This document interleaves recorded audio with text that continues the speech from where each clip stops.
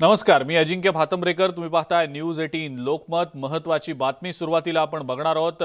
महापुरामुळे पंचगंगा नदी रौद्र रूप धारण करते। कोल्हापुरात दरवर्षी पंचगंगेमुळे पूर येतो, मात्र याच पंचगंगेमुळे कोल्हापूर सुजलाम आणि सुफलामही होतं। सध्या पंचगंगा नदी इशारा पातळीकडे वाटचाल करतेय, त्यामुळे पूरस्थिती निर्माण होण्याची भीती आहे।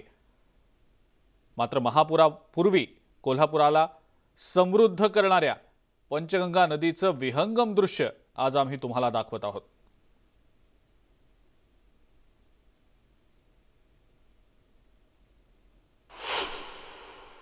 पंचगंगा नदी म्हणजे कोल्हापूरची वरदायिनी।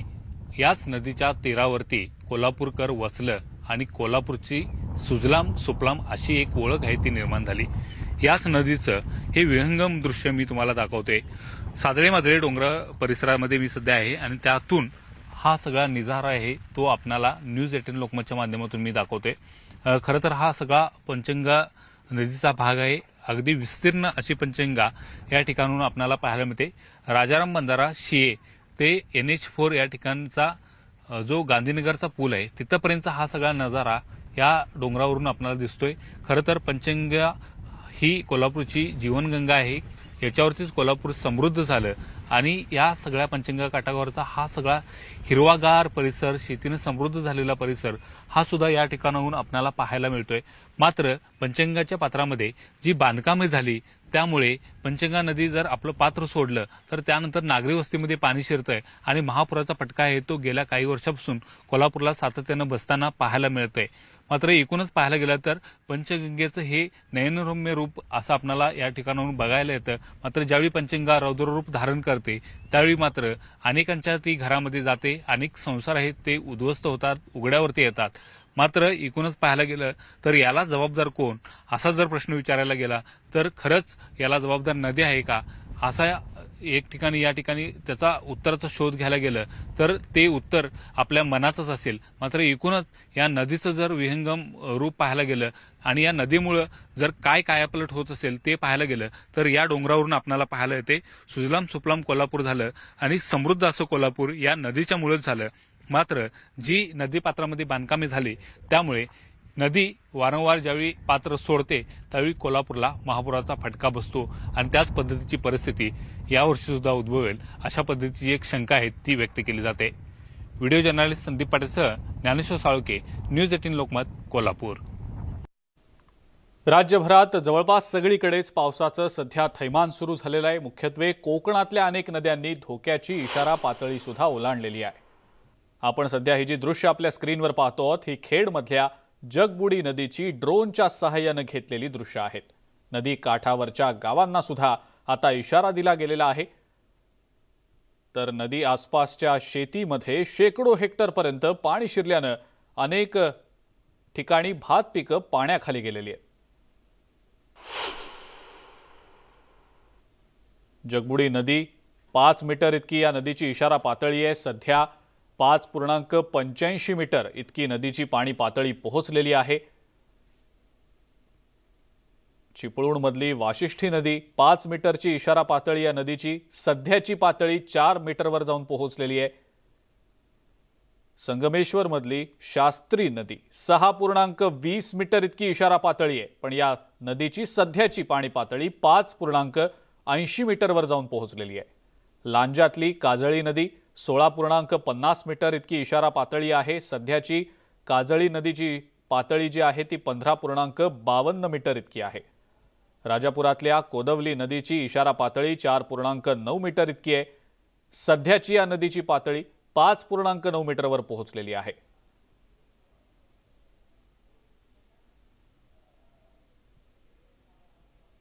मुंबई गोवा महामार्गावरील परशुराम घाट धोकादायक बनल्यामुळे हा घाट पुढील निश्चित कालावधीसाठी बंद आहे आणि दरम्यान पर्यायी वाहतूक आंबडस चिरणी मार्गे सुरू आहे। मात्र हा निर्णय अचानक घेतला गेल्यामुळे शेकडो ट्रक हे खेडमधल्या लोटे या ठिकाणी अडकून पडलेले। गेल्या 2 दिवसांपासून शेकडो ट्रक या महामार्गावर उभे आहेत।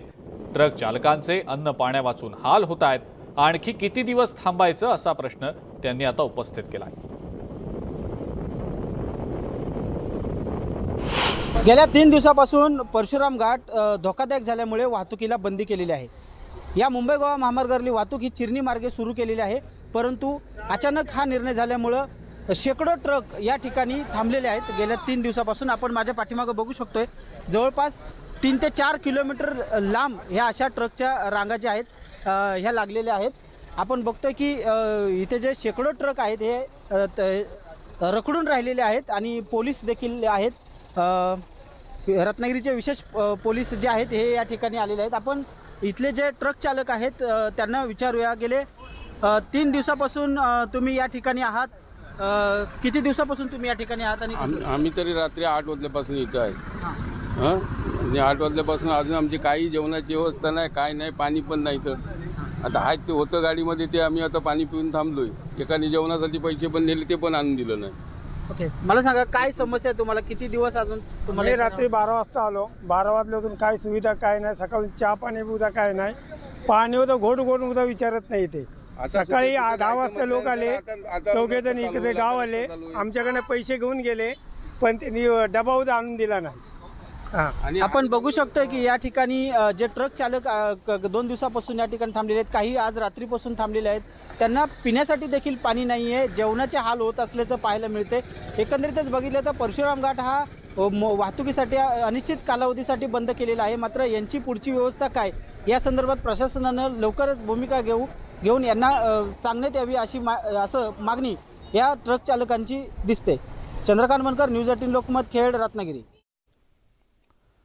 गडचिरोलीतल्या मेडीगड्डा कालेश्वर धरणाचे 30 दरवाजे उघडले गेलेत। गेल्या 3 दिवसांपासून सतत पडणाऱ्या पावसामुळे धरण क्षेत्रातल्या पाणी साठ्यात वाढ झाली आहे। सध्या या धरणातनं 69,350 क्युसेक्स वेगानं पाण्याचा विसर्ग केला जातोय।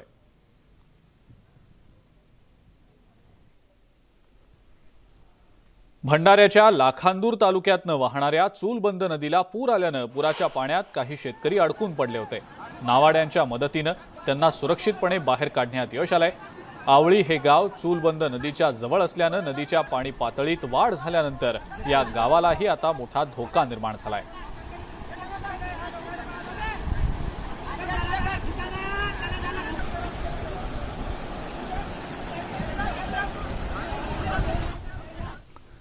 पुण्यामध्ये खडकवासला साखळी धरणांच्या पाणलोट क्षेत्रातही रात्रभर पाऊस सुरू होता। खडकवासल्या परिसरामध्ये 18 मिलीमीटर, पानशेतमध्ये 68 मिलीमीटर, वरसगावमध्ये 70 मिलीमीटर आणि टेमघर धरण क्षेत्राच्या पाणलोट क्षेत्रात 65 मिलीमीटर इतक्या पावसाची नोंद झाली आहे। 4 धरणांचा उपयुक्त पाणीसाठा आता 3.67 टीएमसी इतका झालाय। गेल्या 3 दिवसात या जलसाठ्यामध्ये तब्बल 1.25 टीएमसीनं वाढ झाली आहे। त्यामुळे पुणेकरांवरचं पाणी कपातीचं संकट लवकरच दूर होऊ शकतं।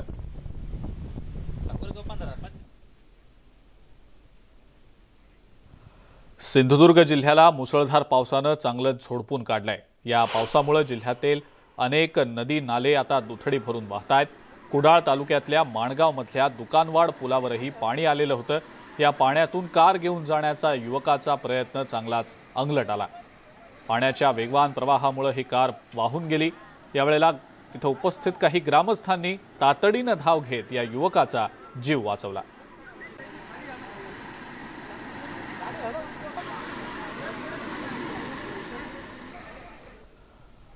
नंदुरबार जिल्ह्यातल्या चांदसैली घाटात दरड कोसळली आणि यामुळे या मार्गावर मोठ्या प्रमाणावर माती साचल्यानं वाहनधारकांना मोठा त्रास सहन करावा लागतोय। गेल्या 3 ते 4 दिवसांपासून मातीचा ढिगारा रस्त्यावर तसाच पडू नये, हा ढिगारा अद्याप हटवला गेलेला नाही। चिखलात वाहनं घसरून अपघातही घडतायत। गेल्या वर्षी या ठिकाणी दरड कोसळल्यानं रस्ता बंद झालेला होता। यावेळेला एका महिलेला उपचार न मिळाल्यानं तिचा मृत्यू झाल्याची दुर्दैवी घटनाही घडलेली होती। मात्र या घटनेला वर्ष उलटून गेलं तरी सुद्धा प्रशासनानं अजूनही या ठिकाणी कोणतीही उपाययोजना केलेली नसल्याचंच दिसतंय।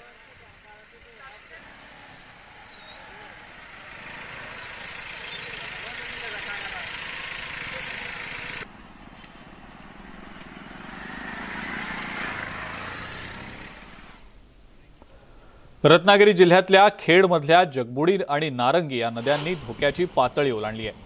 या नद्यांचं पाणी परिसरातल्या शेतांमध्ये शिरल्यामुळे शेकडो हेक्टरमधलं भाताचं पीक पाण्याखाली गेलेलं आहे। मात्र नारंगी नदीच्या पुराच्या पाण्यात मगरींचं दर्शन होऊ लागल्यामुळे खाडीपट्टा विभागातील गावांमध्ये भीतीचं वातावरण निर्माण झालंय। रत्नागिरीत पावसाचा जोर अजूनही कायम आहे, पण याच नद्यांचं पाणी काही गावांमध्ये जर शिरलं तर पाण्यासोबतच मगरी सुद्धा लोकवस्तीत शिरण्याची शक्यता आहे। त्यामुळे या मगरींचा बंदोबस्त करावा अशी मागणी केली जाते।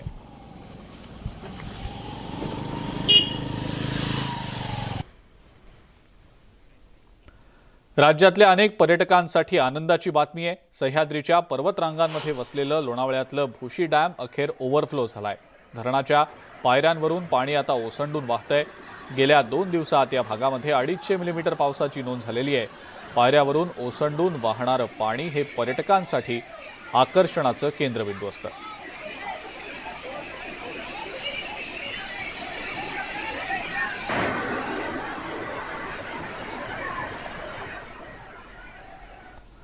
परभणीमध्ये मुसळधार पाऊस झालाय। पूर्णा शहरातून जाणाऱ्या रेल्वे मार्गावर बांधण्यात आलेल्या भुयारी मार्गात पावसाचं पाणी साचलंय। त्यामुळे नागरिकांसाठी हा मार्ग अडचणीचा बनलेला आहे। या मार्गावरून ये-जा करणं नागरिकांसाठी कठीण झालंय। नांदेडमध्ये सुद्धा मुसळधार पाऊस झाला। या पावसामुळे इस्लामपूर इथला सहस्त्रकुंड धबधबा प्रवाहित झालाय। पैनगंगा नदीवर हा धबधबा आहे। दरम्यान हा धबधबा पाहण्यासाठी पर्यटक इथं गर्दी करतायत।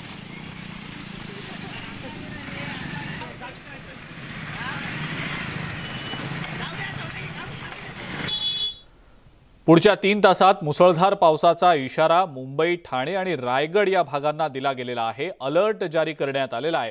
कोकणामध्ये मध्यम ते तीव्र स्वरूपाचा पाऊस पडू शकतो असा अलर्ट दिला गेलाय। दक्षिण कोकणातही पावसाचा हा अलर्ट जारी करण्यात आलेला आहे। पुढचे 3 तास पावसाचा जोर आणखी वाढण्याची शक्यता व्यक्त करण्यात आलेली आहे। मुंबई शहर, उपनगर, पालघर, ठाणे आणि कोकण या भागांना जोरदार पावसाचा अलर्ट पुढच्या 3 तासांसाठी दिला गेलेला आहे।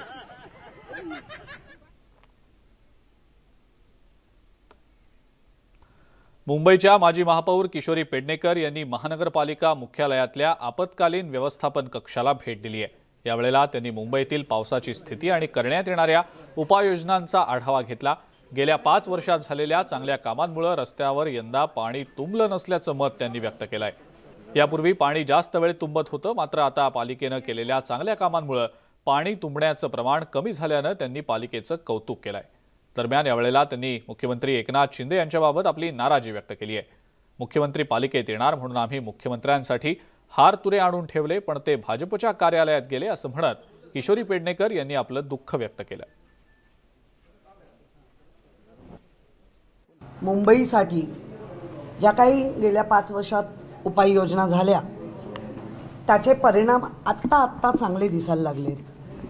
आपण पाहिलं हिंदमाता म्हणा किंवा गांधी मार्केट, मिलन सबवे, मी तर कायम म्हणत आली कधीच असं होणार नाही की मुंबईत पाणी तुंबणारच नाही, परंतु जे 5-5 दिवस 5-5 तास होतं ते आता खूप कमी अवधीत जेव्हा हाय टाईड राहतं तेवढा पुरतं शहरात पाणी राहतं आणि काही मिनिटात पाणीचा निचरा नीट होतोय।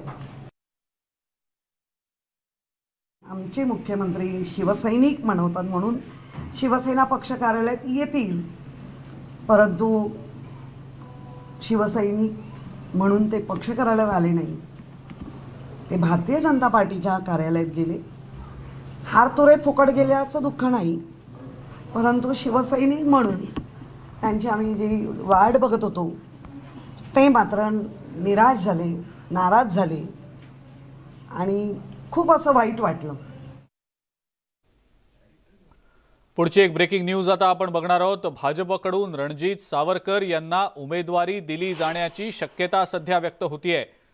राज्यपाल नियुक्त आमदार रणजित सावरकर होण्याची शक्यता आहे।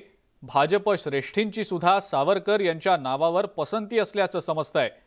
त्यामुळे आता रणजित सावरकर हे राज्यपाल नियुक्त आमदार होण्याची शक्यता आहे। आताची ही ब्रेकिंग न्यूज आपण सध्या पाहतो आहोत।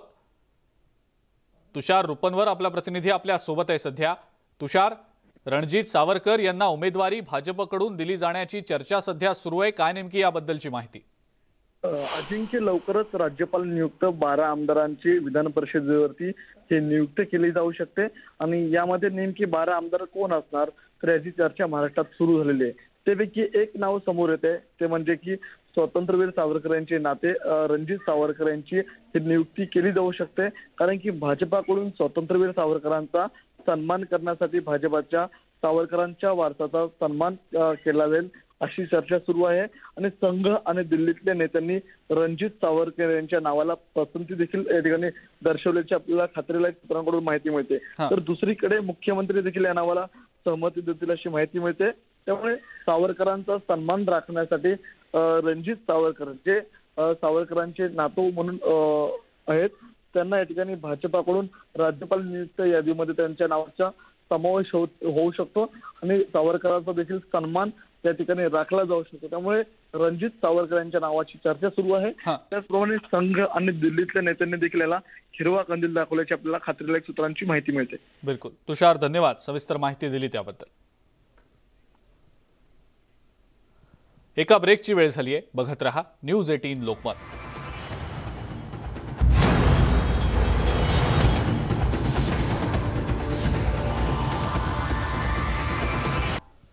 ब्रेकनंतर आपल्या सगळ्यांचं पुन्हा एकदा स्वागत. बीड पंचायत समितीच्या जुन्या इमारतीमधनं रोजगार हमीच्या फाईलची चोरी झाल्याचा धक्कादायक प्रकार समोर आलाय. विशेष म्हणजे या सगळ्या फाईल्स रोजगार हमी योजनेच्या ज्या जुन्या कामांची चौकशी होणार होती त्याच्या होत्या. त्यामुळं चौकशीच्या भीतीनंच या सगळ्या फाईल्स गायब केल्याचा आरोप केला जातोय. रोजगार हमीच्या फाईल्सना पाय कसे फुटले जाणून घेऊया या रिपोर्टमधून.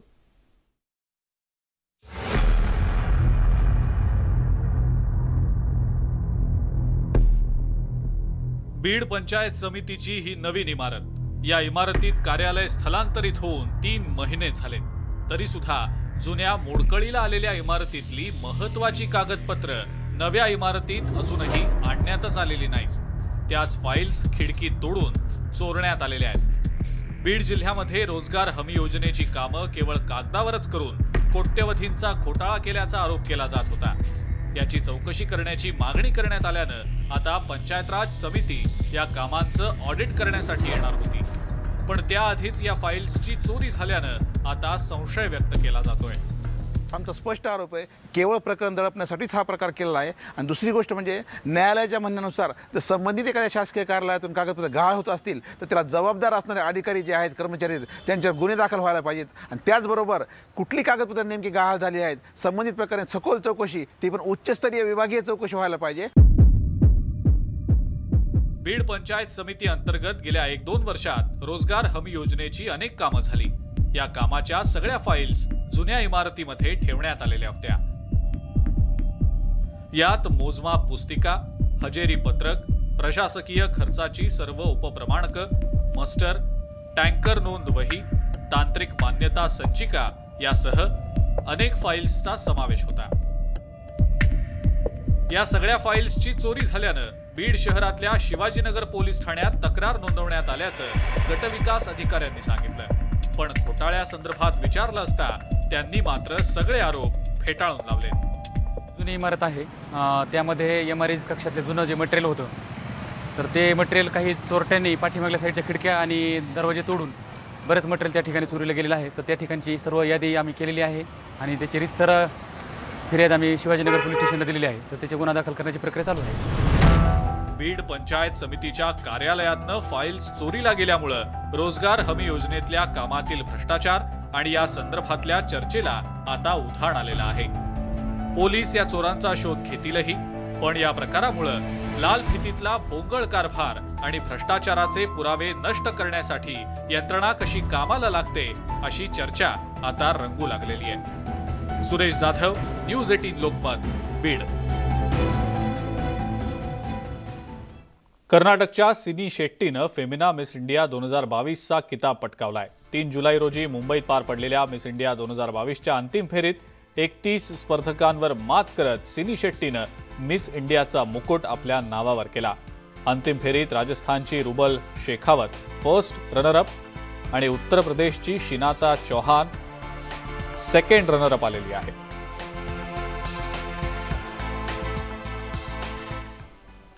हम आपकी सीधे मुलाकात फेमिना मिस इंडिया सिनी शेट्टी से करवाने जा रहे हैं, जो इस वक्त हमारे साथ मौजूद हैं. सिनी जी, आपका न्यूज़ 18 में स्वागत है. सबसे पहला सवाल कि किस तरह का अनुभव रहा और जैसे ही अनाउंसमेंट हुई कि आप फर्स्ट आए हैं, उसके बाद क्या कुछ एक आवाज़ आई अंदर से? पहले तो जब नाम लेने वाले थे, जब हमारे होस्ट, मैं सिर्फ प्रेयर कर रही थी भगवान से, गॉड से, कि चाहे वो नाम आ जाए, बस मेरा नाम आ जाए। तो उसमें मैंने अपने पूरे वॉइसेस को ब्लैंक आउट कर लिया था। Like I could not hear anything. तब मेरी जो को कंटेस्टेंट्स थी, जो मेरे साथ थी टॉप 5 में, उन्होंने मुझे एक छोटा सा पुल किया। तब जाके मुझे समझा कि मैं हूँ ये टाइम की फेमिना मिस इंडिया वर्ल्ड 2022। तब वो फीलिंग एकदम नम था। जब क्राउन सर पे बैठा था तब समझ नहीं आ रहा था कि कैसे है वो प्रोसेस करने को। अभी भी मुझे बहुत टाइम जा रहा है, बट वो जो खुशी थी मेरे माता पिता के चेहरे पे, जो खुशी आई थी, उससे वो एक प्राउड मोमेंट आता है कि अपने पेरेंट्स हमें देखे खुश है। एकेडमिकली बात करूँ तो मैं अकाउंट्स एंड फाइनेंस कर रही थी। मेरे पास डिग्री है, I have a bachelor degree in accounts end finance, और मैं अभी CFA परस्यू कर रही थी। बट वो एक शिफ्ट ऑफ फोकस आता है जहाँ पर तुम्हारा इंटरेस्ट, तुम्हें पता है कि डांस और मॉडलिंग है। तो मैंने अपने माता पिता से ये बात की कि मुझे मॉडलिंग और डांसिंग में बहुत शौक है, तो मैं उसे अपना पैसिव करियर बनाना चाहती हूँ। तो वो थोड़ा तो झिझक हुआ मेरे मॉम डैड को, बिकॉज वो वरी था, वो उनका सपोर्ट नहीं बोल सकती कि उन्होंने मुझे सपोर्ट नहीं किया, बट वो वरी था कि एक तो you have a straight road for a good job, then why you not pursuing it. तो एक क्वेश्चन था मेरे मॉम डैड के सवाल में। बट जब मैंने उनको बोला कि ये मेरा मन है, ये मेरा पैशन है, मुझे वो सेटिस्फैक्शन लाइफ से नहीं मिलेगी अगर नहीं करूँगी, तो उनका इमेंस सपोर्ट था। जब मैंने बोला मुझे मिस इंडिया जाना है, उन्होंने सिर्फ मुझे 2-3 बार पूछा कि आर यू श्योर तुझे ये करना है लाइफ के साथ। मैंने हाँ बोला। उन्होंने आज बहुत सपोर्ट किया है पूरे थ्रू जर्नी में। मुझे रोज़ एक कॉल करके पूछते थे कि सब बढ़िया, आप ठीक कर रहे हो ना, सब कुछ। और आई थिंक उनके सपोर्ट और उनके गाइडेंस की वजह से मैं आज यहाँ पर हूँ और ये क्राउन मेरे सर पे है। दुनिया आपके वैल्यूज़ को डिफ़ाइन करती है कि आप एक सोशल स्टैंडर्ड के हिसाब से आपको रहना चाहिए। बस आप अपनी खुद की मीनिंग ढूंढो उस लाइन में। The world tries to define your values in a certain way. Just find your own meaning to it. Look into a mirror. See what possibly you want to do. लोगों का काम है कहना। ये थी सिनी शेट्टी जो सीधे हमसे बातचीत कर रही थी। कैमरामैन सरोज लाल के साथ सर्वेश तिवारी, न्यूज 18 मुंबई। आणि या सगळ्या महत्त्वाच्या बातम्यांसोबतच बुलेटिनमध्ये वेळ झाली इथंच थांबण्याची। ताज्या बातम्या आणि अपडेटसाठी बघत राहा फक्त न्यूज 18 लोकमत।